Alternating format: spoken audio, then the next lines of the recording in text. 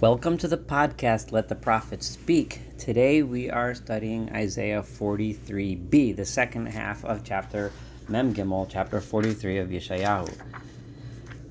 Just for a really quick reminder and summary, in 43a, God reassured Israel that he would not ever give up on Israel and would never let Israel get destroyed. However, he reminded us that in the day of judgment, he was going to call all of the nations, and Kol HaNikra V'Shmi, any nation that called out in God's name, will be redeemed on the day of judgment in the future, after there is a reckoning. And God mentioned his that the fact that he is going to uplift Israel in the throughout history and in the future time, and protect Israel ultimately. Regardless of the suffering that they may pass, is Lima'an Sidko, because of God's righteousness, not because of the righteousness of the Jewish people. So today, and then God reminds us at the end of what we studied in the last 43a, he mentioned that all the oppressors of the world, regardless of who they oppressed, but all the nations that ruled with oppression over other nations will ultimately be punished and destroyed in the end. So today we'll start with verse 16, chapter 43. And here God says, well, I just told you that I am going to mete out final justice in the day of judgment in the end of time. But he goes back a little bit in history and reminds us of what he had done specifically for the Jewish people, for his chosen nation, during their history, and how relevant that is for the rest of the world. So he begins by saying, Ko Amar Adonai, so says God. Which God? Hanotein bayam derach, the one who was able to create a path through the sea. This is clearly a reference to the splitting of the sea at the exodus of the Jewish people from Egypt. Uvemayim azim nesiva, and a path through the powerful waters.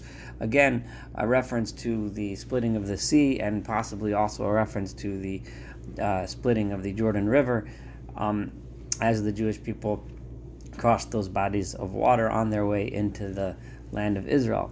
So I've done that. You know how powerful I am. What else I do? Hamotzi rechev v'sus chel v'izuz. I was the one who destroyed horses and riders, mighty armies and mighty powerful warriors. Yachtov, together I destroyed them all. Yishkevu ba'yakumu, all of them are destroyed and they'll never ever get up again. Do'achu kapishta kavu, they were crushed, they were burnt out and destroyed like a wick just gets easily burnt and destroyed. So I'm the powerful one. However, I'm telling you now, in the future, al tiskuru rishonot. I'm not talking to you about what's in the past because I want you to sit and dwell on the past and what happened and everything, because that's a long time ago. Don't remember the earlier ones. Don't waste your time thinking about all the things that happened, because right now, hineni oseh chadasha ato titzmach, ato with an ayin, which means, behold, now I am doing something new. Now I am going to cause a sprouting forth of something new, something so much more grand, something so much more long-lasting, so much more amazing. Halot da'uha, behold, now you will know it. The knowledge, the knowledge with which the world will be filled, the knowledge of one God, the knowledge of the God of justice and righteousness. This will fill the entire world. Af osim, and what will it do? It will fill the entire world. Immediately God goes to the world of nature, and he says, Af osim bamidbar derech, I am going to make a road through the wilderness. This is a reference we had numerous times in Yeshayahu beforehand. If you remember, I've always been referring back in almost every podcast in what's the supposedly second half of Yeshayahu back to ideas that were expressed in the first supposed half of Yeshayahu, in order to further demonstrate more the unity of authorship of the entire book, which has been my contention all along. But again, over here, this idea that God will make a path through the desert, bishimon neharot, and rivers through the desolate places. So over here, this path through the desert, if we remember, we can look back in the first half, Isaiah 35, verse 8. V'hayasham maslul v'derech. It was just talking about the the wilderness in the verses beforehand, and then Yeshayahu said then in verse 8, chapter 35, there will be a path and a road, v'derech hakodesh yikar, will be called the path of holiness. If we look back at chapter 20, verse 23, where God was then talking to the other nations, he was talking to Egypt and Assyria, and saying that in the future there will be a path. If we look then at 20, verse 23, I'll read it to you again. Bayomahu tiyem misilo mimitzrayim ashura. There will be a path leading from Egypt to Assyria, and there will be peace between the two, and they will all come to Jerusalem. So those were the other references. There are others as well, but I just wanted to give some examples of this idea of this path, the path that God will build, a road in the future, a road that leads to one central location, to Jerusalem, to Mount Zion, in order that the entire world can focus on one singular purpose of justice and righteousness and knowledge spread throughout the world. Tichabdeni chayas hasaden, God says, he skips over all humanity and says, in the future time, the animals of the fields will give me honor. Tanim uvenos ya'ana, the tanim, which is usually translated as jackals or wild dogs of some sort, of Nosiana, and the ostriches, they will all, the ones that run out in the wild, they will give me honor. Ki nosati v'midbar mayim, because I will place in the dry places in the desert, I will put water in the harot bishimon. There will be rivers flowing in the desolate areas. Lashkot ami b'chiri. Why? In order to give water, to quench the thirst of my chosen nation. God again is referencing the fact that in the future he will redeem and sustain and nourish the chosen nation of his. Amzu yatzarti li. This was the chosen nation that I created for me in my honor. Tilasi isaperu. And finally, in the future time, they will get the message and give me praise instead of following the wayward paths of their ancestors. And God says very carefully, he immediately says, I am saving my nation. I am going to keep this promise. However, he goes on in verse 22, below osi karasa Yaakov. However, it wasn't me that you were calling this entire time, Jacob. He turns to the Jewish people and says, you guys were looking everywhere else for when you were giving honor. When you were calling out and praying, you looked everywhere else except for to me. Ki yagata bi Yisrael. You weren't looking at me that you should be tired of me. All of this time that you were suffering, you have no reason, no excuse to be exhausted from me, right? Rather, you weren't looking to me. You were looking to everything else, every other supposed source of worldly power that you tried before you turned to me.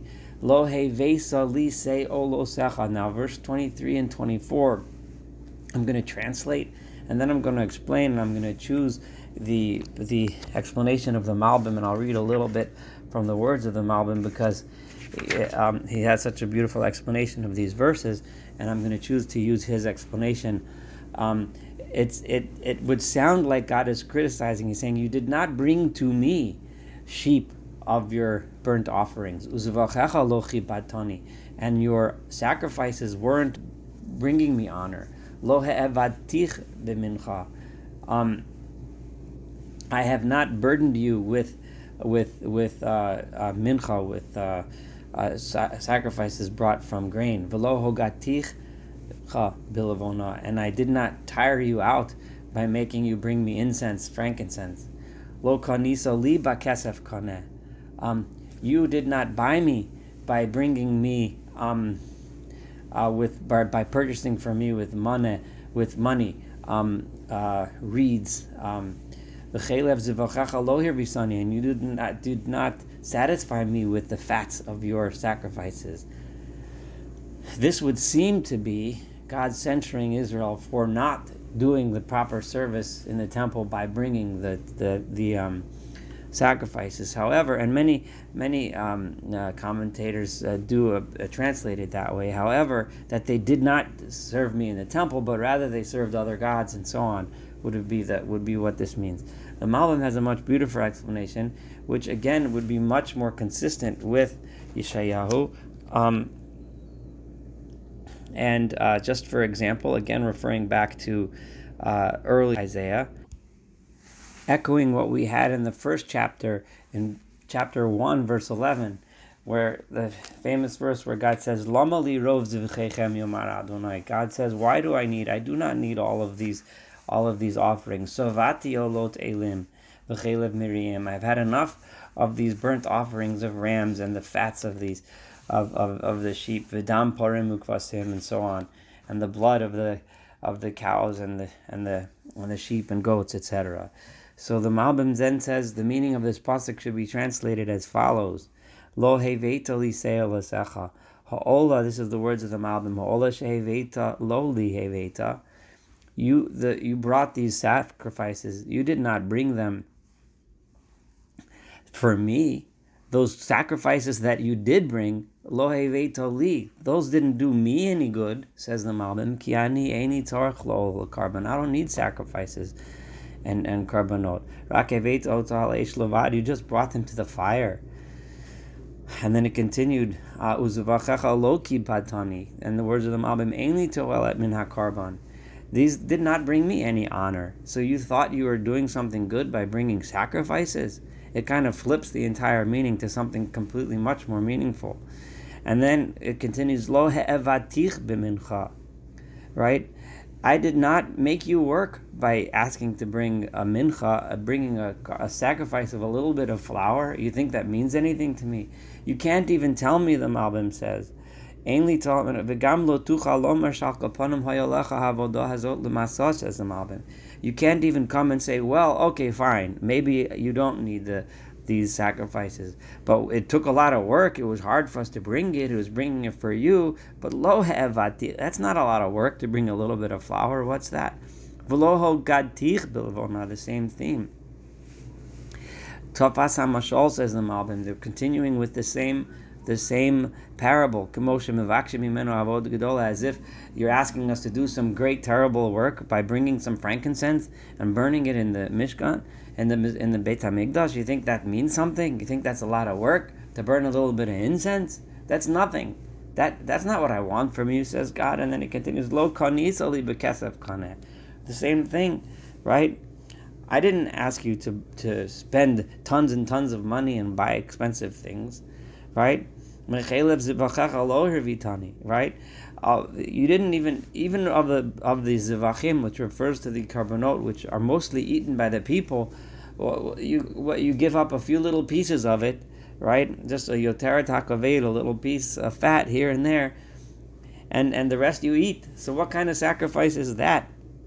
Rather, what did you do? And this is finishing verse 24. But rather, he'evadtani b'chatosecha. You served me by doing what? By sinning to me. That's what you did. Hogadtani, you tired me out and worked me out b'avonotecha, with your iniquities, with your sinning and your problems. So all of that stuff you did in the temple, what was that? That was nothing. And that was the reading, according to the beautiful reading of these verses, according to the Malbim. And then God says, so you didn't deserve it. So what is it? Why is it that I'm redeeming you? Why is it that I just said a few verses ago, Amzu Yatzarta li tilati saperu? Why is it that I'm going to make Mayim Naharot, I'm going to make rivers lahashkot ami b'chiri, to give drink to my chosen nation? Anochi, it is I, said God, hu mocha peshoecha lema'ani. I am erasing your sins lema'ani, because of me.